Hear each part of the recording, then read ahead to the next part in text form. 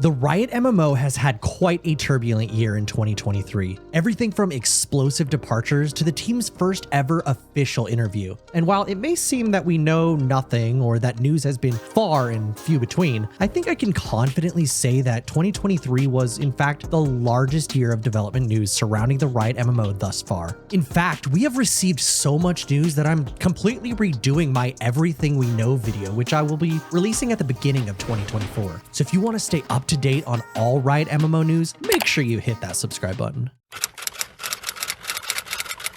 First, let's talk about the major elephant in the room, and a topic that has seen a lot of hot takes over on Reddit and in my comments. Obviously, I'm talking about the departure of Greg Street, also known by his pseudonym Ghostcrawler. I think the largest area of confusion here comes from the fact that Greg went and started his own MMO studio just a short few months after leaving Riot, and without knowing all the facts, this can, to put it bluntly, look pretty bad for Riot Games. So let's break down the facts briefly, and hopefully we can put an end to any future confusion. Without going into any details, Greg suffered a couple major losses within his family at the end of 22 and went on an extensive leave where he had some time to think about what exactly he wanted to do with his life and later part of his career. At Riot Games, they have a pretty strict remote policy, and Greg wanted to relocate to be closer to his family. On top of this, and for anyone who knows anything about Greg Street, he's a firm believer in open and transparent communication. Another thing that doesn't really vibe that much with Riot Games' secretive behind closed doors policy.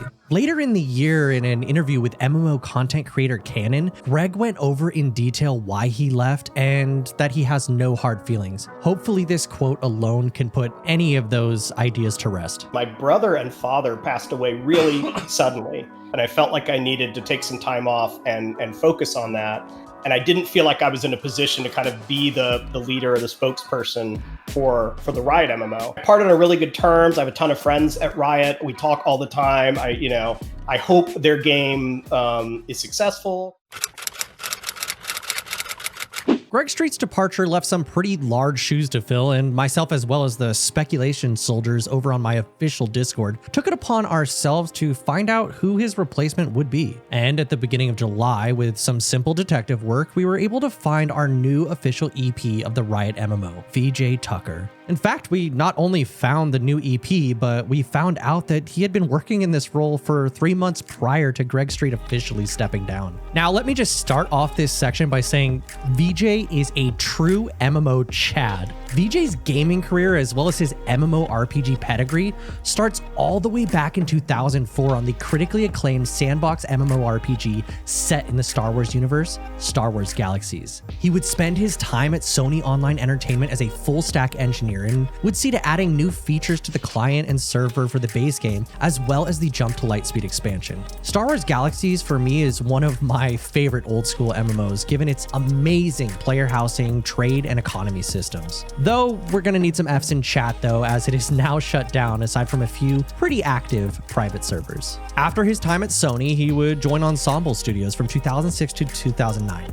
During his time at Ensemble, he would brush shoulders with Greg Street while working on Age of Empires. He was brought on initially for his MMO experience, where he would work on an unannounced and ultimately unreleased MMO that was rumored to be set in the Halo universe. Eventually, VJ became the founder of a company named Jolly Games, which would eventually be acquired by none other than Riot Games in 2016. Our first interaction regarding VJ would come from the highly anticipated Riot Games MMO interview by League of Legends lore creator Necrit, where VJ would drop a Riot Games MMO RPG bomb.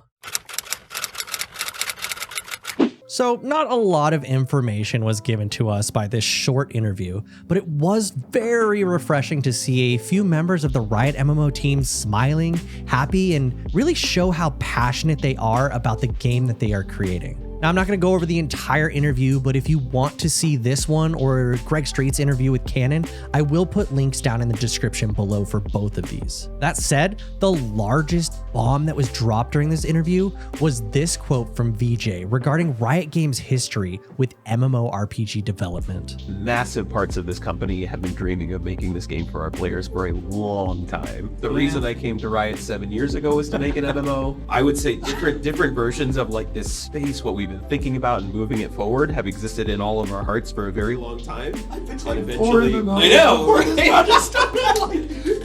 Now, I don't know about you, but for me, this just proves how invested Riot is into making a Runeterra-based MMORPG project, given the fact that the team wanted to build one as far back as 2016. And I think if we read between the lines, we can kind of assume that if Riot is willing to create a web page and announce the project and even participate in interviews with content creators, they have found a direction they are happy with and are actively continuing development with this direction. Something that cannot be said for their few initial attempts or, unfortunately, Mark Yetter's pitches.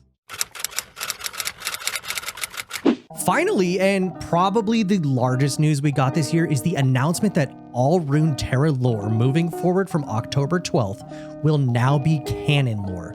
This includes Arcane, the critically acclaimed award-winning Netflix series, as well as future Riot Forge titles, of which we even got to see our first from Song of Nunu. Now, this is really exciting news because this includes anything from new champions to the 2024 season cinematic, future Riot Games titles like Project L to Q4's release of Season 2 of Arcane on Netflix. All of this is canon now, and we can be confident in saying that these worlds and stories will be the same ones that we will be exploring in the Riot Games MMORPG. While the team at Riot chips away at what is most likely to be the largest and most exciting release of their careers, I think it's important for us to look back on 2023 and be thankful for all the cool little bits of information we were able to receive.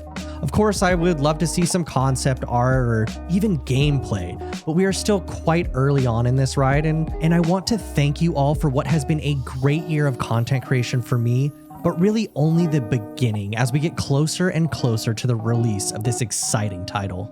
Every day and year that passes is another day or year that brings us closer to the release. So with a little patience and a lot of copium, we can all get there to experience what is most likely going to be one of the largest and exciting MMO releases of all time.